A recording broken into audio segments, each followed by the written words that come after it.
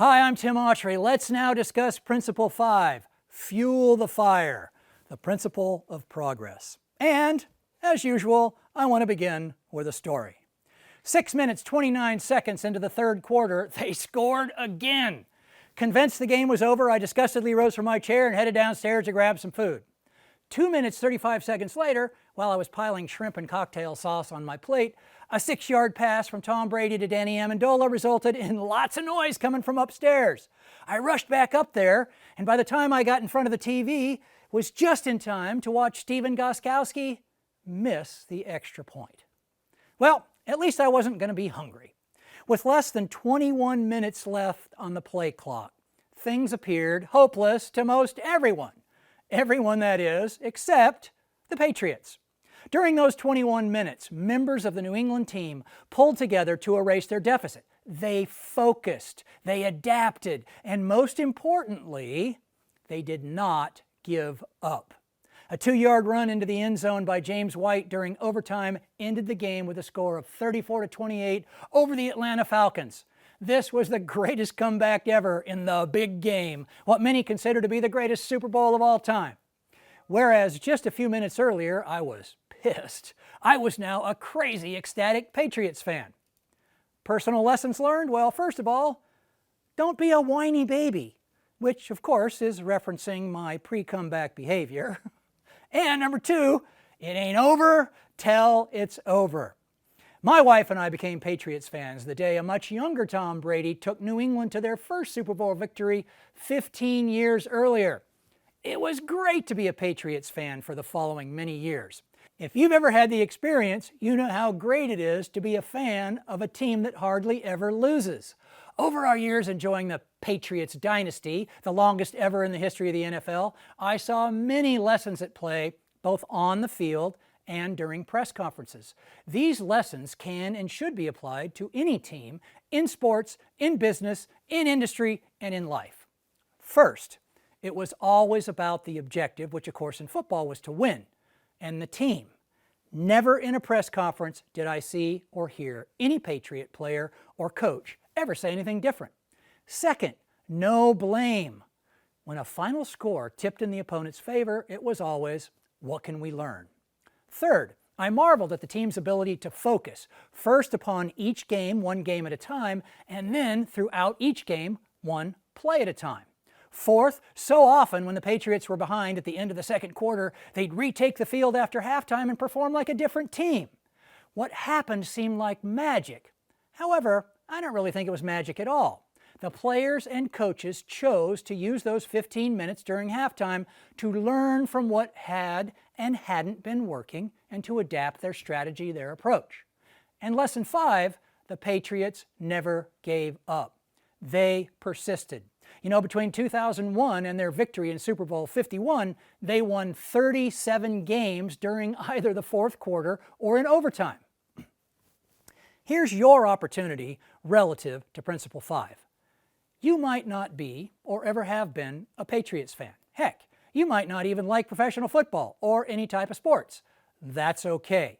However, as leaders and influencers, you and I can learn tons from great sports teams, especially those that sustain greatness for more than one season. The same holds true for great families, great businesses, and great organizations.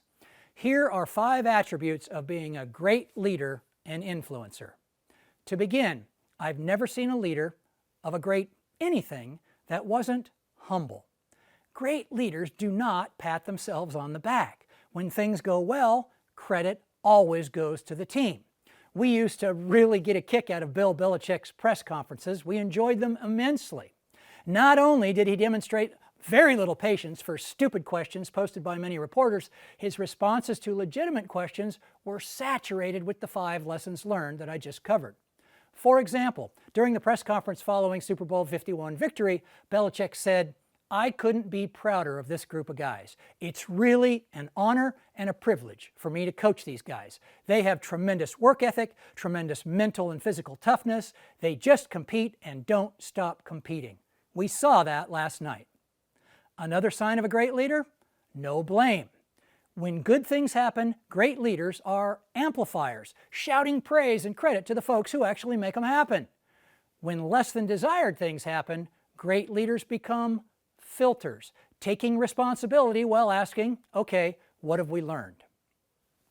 As a leader, here are 3 questions that I highly recommend you have in your back pocket at all times. These should be the first words out of your mouth when something hasn't gone as planned. Question number 1, is everyone okay? Question number 2, what happened? Question number 3, what have we learned so far? You might want to write those down. These 3 questions in this order, first of all, demonstrate caring. Remember, no one cares how much you know until they know how much you care. Secondly, they give you a chance to get past your emotions where, especially if you're upset, you might say or do something stupid. And finally, it opens the door for you to learn, which taps into PPI precept number 4, those who do the work have the answers. Third, great leaders have an uncanny ability to focus. During my lifetime, I've had the opportunity to work alongside and observe a handful of truly exceptional leaders. One attribute they've all shared has been an acute ability to focus on whatever's going on in a given moment.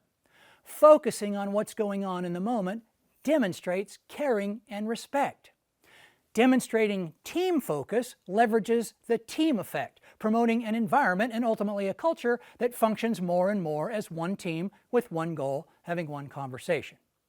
The fourth attribute of a great leader, flexibility and adaptability. In sports, you never know what your opponent's going to throw at you. In business and in life, we never know what the world's going to throw at us. Flexibility and adaptability are more essential now than ever before. As Alvin Toffler, author of Future Shock, so aptly put it, the illiterate of the 21st century won't be those who can't read or write, but those who cannot learn, unlearn, and relearn. A great mechanism for dissolving rigidity, which of course is the opposite of being flexible and adaptable, is for you and I to recognize how little we truly know about anything. Wisdom can only begin when you acknowledge what you do not know. And the final attribute of a great leader, at least the final one we're going to discuss here, is persistence. As my friend and fellow PPI facilitator Howard Sheard is known to say, I never hit a nail once and had it go all the way in. So true. Me neither. Referring to their come from way behind victory, Belichick referenced something he learned from Coach Bill Parcells during his time with the New York Giants. In boxing, the mark of a great champion is the one who can get up off the mat and win. It's essential to learn and keep moving forward no matter what. In conclusion, my first visit to the National Zoo in Washington, D.C. was when I was in my 20s. The only thing I remember from that experience was seeing, for my very first time, black swans. I previously had no idea such creatures even existed. While researching this, I found it interesting that I wasn't alone in my ignorance, at least among those in the Western world in 1697. Prior to black swans being discovered in Australia in that year, everyone believed that all swans were white. The discovery of actual black swans took the lid off people's container, which is the phrase we use in PPI for being open-minded. The resulting domino or butterfly effect ultimately had significant impact on Western thinking and perspectives about most everything. Go figure. Today, thanks to Nicholas Taleb and his book, The Black Swan, The Impact of the Highly Improbable, the term is commonly used to classify unforeseen, unanticipated, unexpected events that disrupt things in huge ways.